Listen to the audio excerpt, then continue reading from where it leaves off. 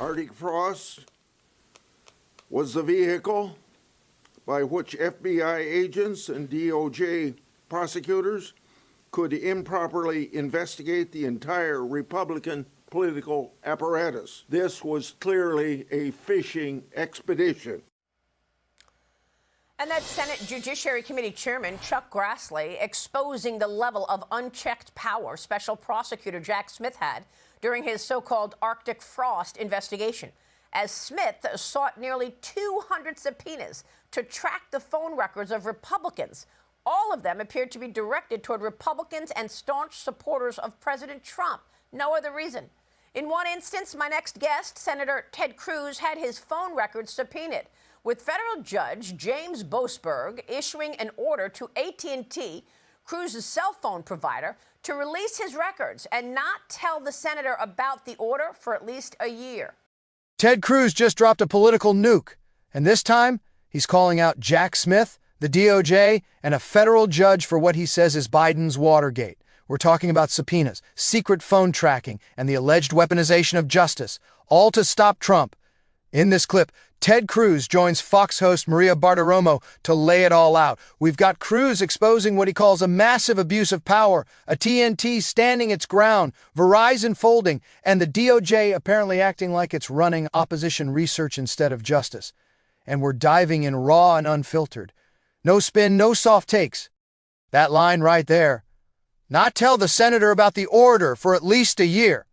Are you kidding me? That's secret surveillance on a sitting U.S. senator. If this were flipped, if Trump's DOJ secretly tracked a Democrat, the media would be in meltdown mode. But when it's Jack Smith and Biden's DOJ, crickets. That's the double standard. According to Cruz, Judge Boasberg justified his decision, saying there's reasonable grounds that the senator will destroy or tamper with evidence on his phone if he finds out that he is being tracked by Jack Smith. AT&T ultimately did not comply with the subpoena against Cruz, Cruz said, citing the speech and debate clause in Article 1 of the Constitution. However, Verizon did comply with Smith's subpoena for phone records of lawmakers who used that carrier, according to documents reviewed by Fox News Digital. Verizon justified their cooperation, saying, quote, they were facially valid and the information sent contained only phone numbers, not names. The company also said, after speaking with the Senate Sergeant at Arms, that it is now changing its policies so that in the future it can push back on requests from law enforcement for phone records of congressional members. Joining me now with more on all of this is the senator himself, Texas Senator Ted Cruz. Senator, thanks very much for being here. This is outrageous about AT&T and Verizon. Can you tell us more about what you went through? Well, sure. Maria, good morning. Good to be with you. Arctic Frost is Joe Biden's Watergate. And in fact, in terms of abuse of government power, it makes Watergate pale in comparison. In November of 2022, Donald J. Trump announced his re-election campaign for president. 3 days later, the Biden Justice Department appointed Jack Smith. His mission, ostensibly, was to investigate what had happened 2 years before on January 6th. But remember, the Biden DOJ had been locking up little old ladies who were protesting on the National Mall. They'd been doing that for 2 years. Jack Smith was appointed with one mission: stop Donald Trump. Do not let the American people vote for Trump as president. And he took his orders and launched a dragnet, the scope of which has never been seen. He issued at least 197 subpoenas directed at over 430 individuals and organizations, all Republicans. So he went after the Republican Attorney General's Association. He went after Charlie Kirk and Turning Point USA. He went after Citizens United, and he issued subpoenas to 9 U.S. senators, all Republicans. I was one of them. The subpoena he sent to my cell phone record, AT&T, was for my cell phone records, my voicemails, my texts, the communications in and out, the geolocation. And he sent it to AT&T. As you noted, AT&T did the right thing. Their lawyers looked at this subpoena and said, we can't hand this over. This is protected by the speech and debate clause.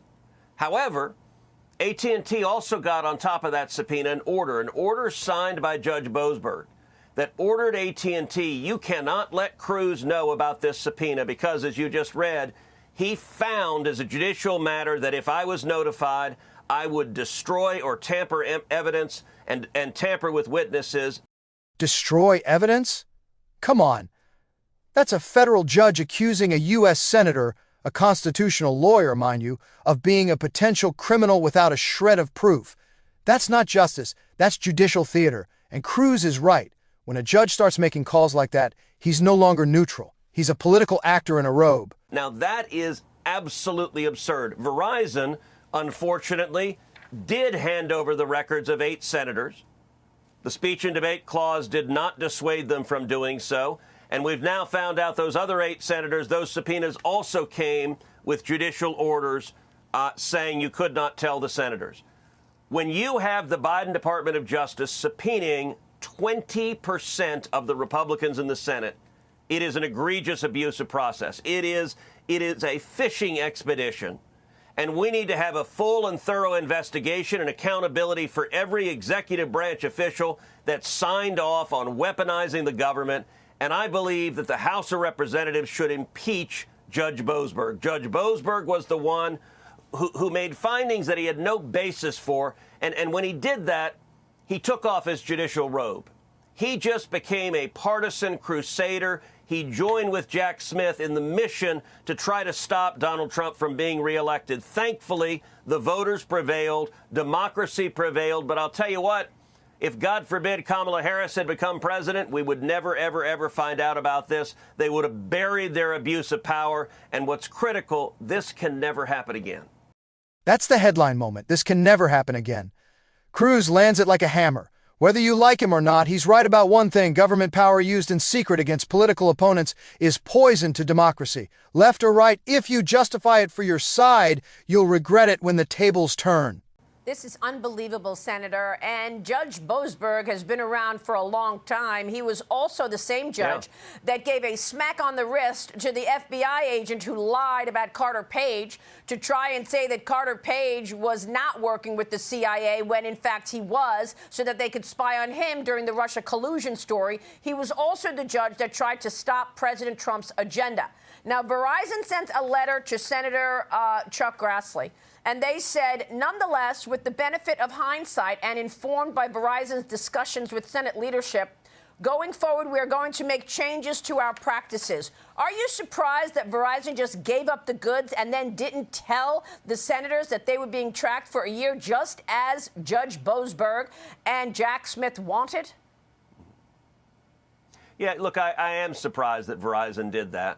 They actually sent Verizon a subpoena for me as well for my office phone, for the landline that sits in my Senate office phone in Washington, D.C. And Verizon responded they didn't have records on that one, so they didn't comply with the subpoena that was sent to Verizon for me. Look, I'm surprised. I work very closely with Verizon, and their handing over the records is not conduct I would expect of them. I think they're feeling understandably that there are a lot of senators who are really unhappy that Verizon did not more vigorously protect their privacy. You know, AT&T is a good Texas company based in Dallas, Texas, I'm proud of AT&T for affirmatively doing the right thing.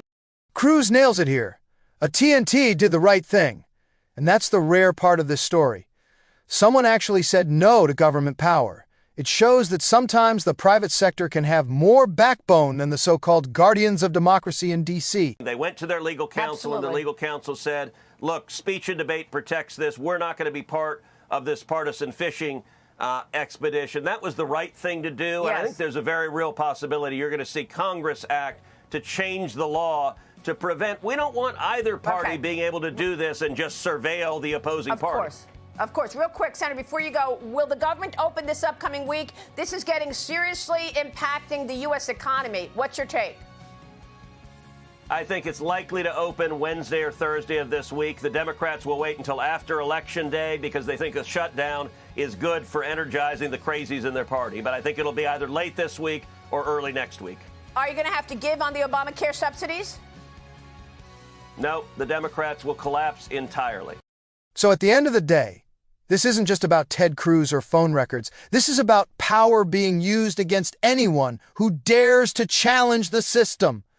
When Cruz says this can never happen again, he's not exaggerating, he's sounding an alarm, because if the government can secretly target senators today, they can come for you tomorrow. And the fact that we even have to say that in America, that's insane.